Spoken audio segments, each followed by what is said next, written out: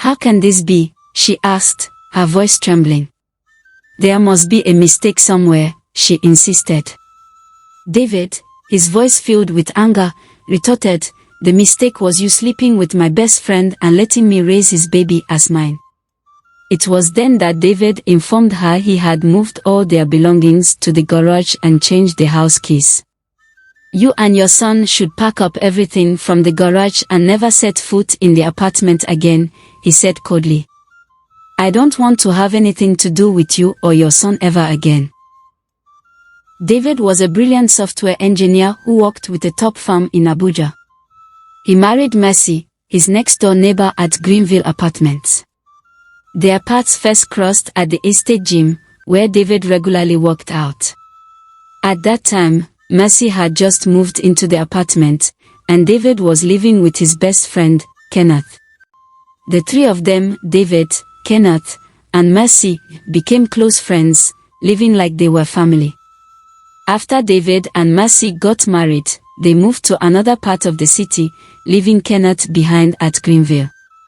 Despite living apart, David and Kenneth remained very close friends, often spending time at each other's places. 7 months into the marriage, Mercy became pregnant and gave birth to a beautiful baby boy named Divine. Divine grew up to be a handsome, happy, and smart child. One day, while David, Kenneth, and their friend Jude, who had just returned from Germany, were having lunch at a restaurant, David received an emergency phone call from Divine's school. The call informed him that there had been an incident involving his son, and he was needed at the hospital immediately. David, Kenneth, and Jude rushed to the hospital without delay. Upon arrival, the school's headmistress informed David that Divine had suffered a deep razor blade cut on his wrist. Apparently, one of his classmates had brought the razor to school, and they were all playing with it when the unfortunate incident occurred. She further explained that the hospital needed a blood donor as Divine had lost a lot of blood. As expected, David volunteered to donate his blood to save his son's life. However, after a while, the doctor came out and informed David that his blood could not be used because it did not match Divine's. David was shocked. "How can our blood not match?" he asked himself in disbelief. Kenneth then offered to donate his blood, hoping it would be a match. When the doctor returned, he had a smile on his face. "Kenneth's blood matches Divine's," he told David, "so we'll start the transfusion right away." Kenneth was happy to help save his friend's son's life, but David was confused and saddened. He couldn't fathom why his blood didn't match his son's. The thought of something fishy between Kenneth and his wife, Mercy, began to gnaw at his mind. 3 days later, Divine was discharged from the hospital, and David came to take him home. On the way, David stopped at 3 different hospitals to carry out DNA tests on little Divine. When the results came back, they were all negative, confirming that David was not Divine's biological father. David was consumed with anger, rage, and bitterness toward his wife, Mercy, and his best friend, Kenneth. He sat alone, tormented by thoughts of betrayal. How could Mercy betray our love after everything we've been through? And how could Kenneth, whom I considered a brother, sleep with my wife? When Mercy returned from work that evening, David showed her the DNA test results and told her how Kenneth had been the one to donate blood for Divine at the hospital. Mercy was stunned and completely taken aback. "How can this be?" she asked, her voice filled with disbelief. "There must be a mistake somewhere," she insisted. David, his voice still filled with anger, shot back, "The mistake was you sleeping with my best friend and letting me raise his baby as mine." Mercy was shocked to hear such harsh and hurtful words from David. "How can you say such a thing, David? You know you are Divine's biological father. I have never cheated on you, and I could never cheat on you. You know how much I love and adore you," she said, tears streaming down her face. "Right now, I don't know what to believe anymore," David replied, his voice weary. "I'm tired of talking. I'll deal with this matter in the morning," he said before walking into his room. All through that night, David could not sleep. His mind wandered far and wide, searching for answers to the many questions he had. The only solution that came to his mind was to send Mercy and Divine out of his house and to exact revenge on Kenneth for his betrayal. The next morning, while Mercy was at work and Divine was at school, David packed all their belongings and took them to park. He changed the house keys and then checked into a hotel. Later that day, Mercy received a call from Divine's school, informing her that David had not come to pick him up as usual, even though it was well past closing time. They asked her to come and collect Divine or send someone to do so. Mercy was shocked. David had always been the one to drop off and pick up Divine from school because of the flexibility of his job. She quickly took permission from work and rushed to the school to pick up her son. On their way home, she called David to find out why he hadn't picked up Divine.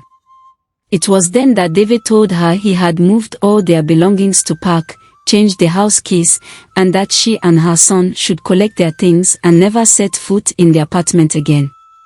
He made it clear that he no longer wanted anything to do with her or her son. Mercy was heartbroken and utterly devastated by David's words. She couldn't believe that David could do such a thing to her and Divine. But when they got home, she saw for herself that David meant every word he had said. Under normal circumstances, Kenneth would have been the first person Mercy would call in a situation like this, but given the complexity of the current situation, she had no other choice but to call her colleague from work, Ruth. Ruth drove over after work to take Mercy and Divine to her place. While at Ruth's place, Mercy hoped that David would come to his senses and take them back home. But days turned into weeks, and weeks into months, and David neither called nor returned her numerous calls and messages. Mercy involved both her parents and David's parents in the matter, but all their efforts to reconcile the couple were in vain. After 5 months at Ruth's place, when it became clear to Mercy that David wasn't coming back for her and Divine, she decided to rent her own apartment. She moved in with Divine and started a new life as a single mother. Meanwhile, David began plotting his revenge on Kenneth. He thought long and hard about the best way to punish his former best friend for impregnating his wife and making him raise his son as his own. He was willing to do anything to pay him back. David came up with a plan that he was very excited about. He decided to frame Kenneth for internet fraud. David hacked into the account of a pension fund management company in the UK, withdrew the sum of $600,000 from the account, and passed it through various accounts before eventually sending it to Kenneth's Nigerian bank account. The FBI, in collaboration with the Economic and Financial Crimes Commission (EFCC), conducted months of investigation and eventually traced the money to Kenneth's account. Kenneth's bank was immediately contacted, and a post-no debit order was placed on his account. The account David transferred the money to wasn't Kenneth's regular bank account, and David had redirected all the alerts to another phone number, so Kenneth was unaware that such a large sum had been deposited into his account. It wasn't until Kenneth needed to use the account to make an online payment that he discovered something was wrong. He received an error message and was informed that he needed to visit the bank to rectify the issue. Kenneth immediately drove to the bank, where the bank manager called the authorities on him. Kenneth was arrested right there in the banking hall and taken in for questioning. He denied any knowledge of the funds or involvement in any fraudulent activity. Despite being grilled for several hours, Kenneth maintained his innocence throughout. Kenneth's parents came the following day to try and get him out on bail, but he was denied, as the court deemed him a flight risk. At the conclusion of the investigation, Kenneth was charged with 1 count of cyber fraud, to which he pleaded not guilty. The legal battle continued for several months, but despite his plea, Kenneth was eventually found guilty of cyber fraud and sentenced to 7 years imprisonment with no option of a fine. His parents were present in the courtroom when the sentencing was pronounced, and they were devastated. They believed in their son's innocence but felt powerless to help him. Kenneth's lawyer assured them that all hope was not lost and that he would appeal the conviction to the Court of Appeal to seek the justice Kenneth deserved. From the courtroom, Kenneth was taken to the correctional center, where he was to spend the next 7 years of his life. When David learned of Kenneth's conviction, he was elated. He thought to himself, now he will learn not to overstep his boundaries. That night, David went to a club to celebrate his victory and the downfall of his former best friend. Mercy, on the other hand, was deeply saddened by Kenneth's situation, especially because she and David were not there to comfort him when he needed it most. Mercy and Divine learned to depend solely on each other, as they were all they had left. It took her time to adjust to her new reality, but she had to find a way to balance her job and caring for her child. She established a new routine, dropping Divine off at school early in the morning, going to work, picking him up after school, and then bringing him back to her office until she finished work in the evening. 10 months into Kenneth's imprisonment, before the Court of Appeal could hear his case, something tragic happened. One fateful evening, a serious fight broke out between two rival gangs in the prison. Despite all efforts by the prison authorities, the fight could not be contained.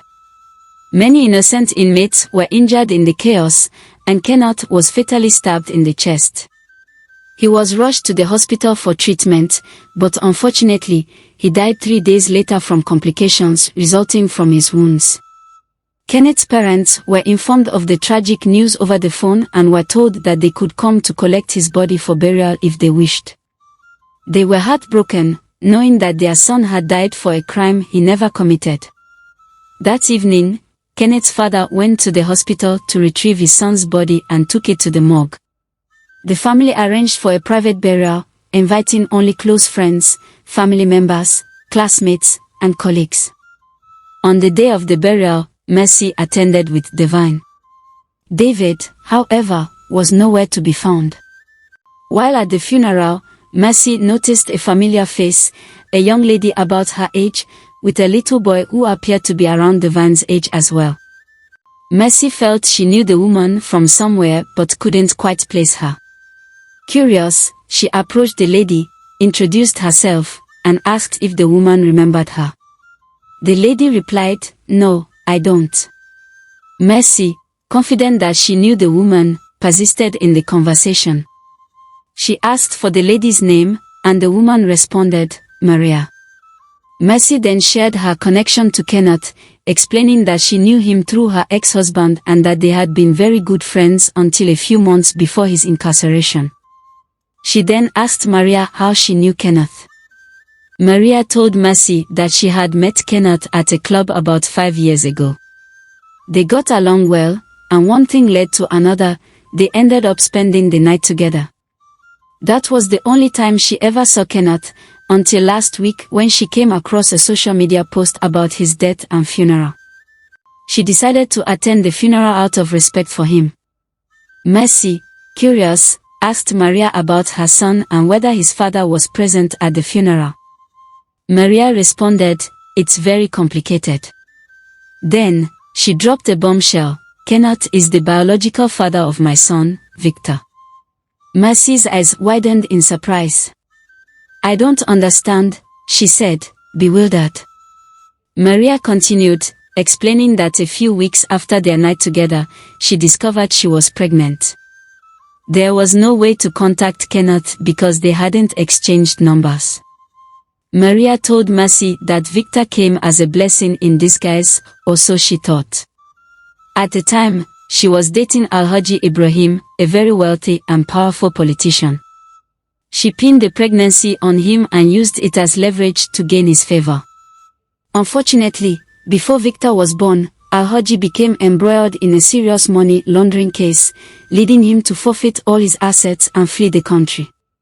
"I was left with nothing," Maria said, her voice tinged with sorrow.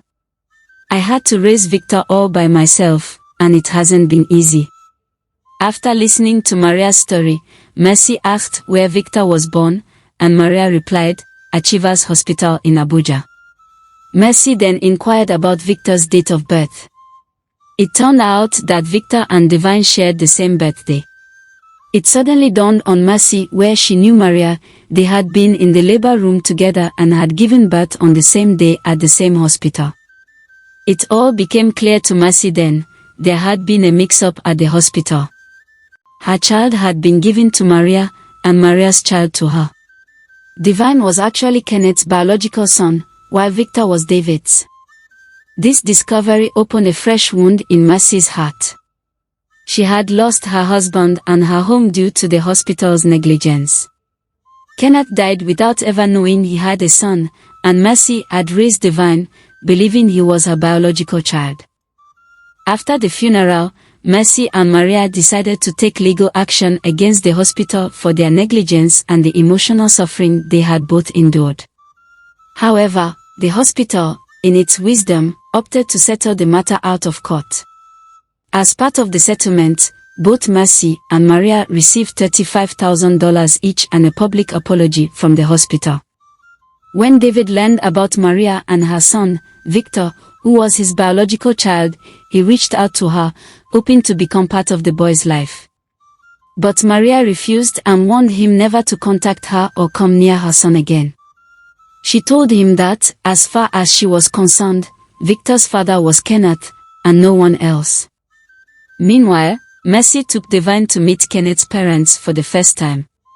She explained everything that had happened, including the compensation from the hospital. Kenneth's parents were overjoyed to learn that Kenneth had a son, a very handsome and intelligent boy at that.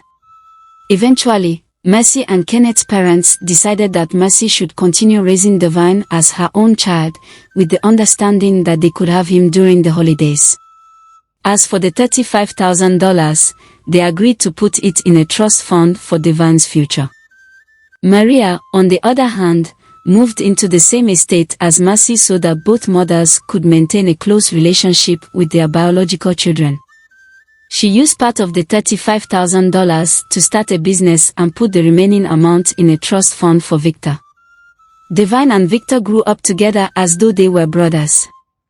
David, after realizing that Mercy and Kenneth had never had an affair and that the hospital had caused the mix-up, became lonely and miserable, filled with regret for his decisions. He desperately tried to reconcile with Mercy, but to no avail.